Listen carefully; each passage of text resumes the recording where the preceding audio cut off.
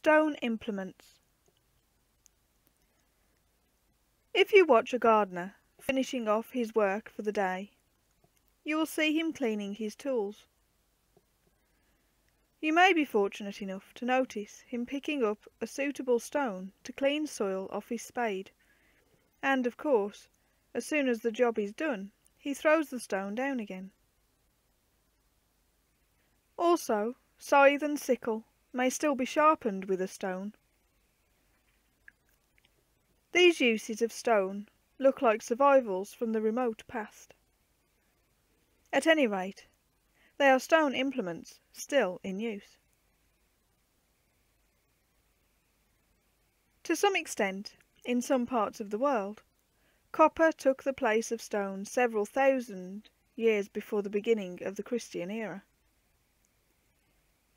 In this country, about 1,900 years before Christ, men began to use bronze, an alloy of copper and tin, while implements of iron, which is more difficult to obtain from its ores than copper and tin, came into use here about 500 BC.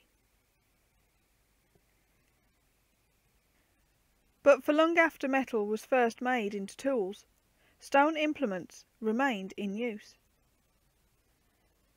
Indeed, in the Bronze Age, so highly was bronze prized, that men made flint objects which imitated in shape the rarer, more desirable bronze tool or weapon. Just as articles today made in plastics imitate the form and decoration of more expensive products normally made in metal or earthenware.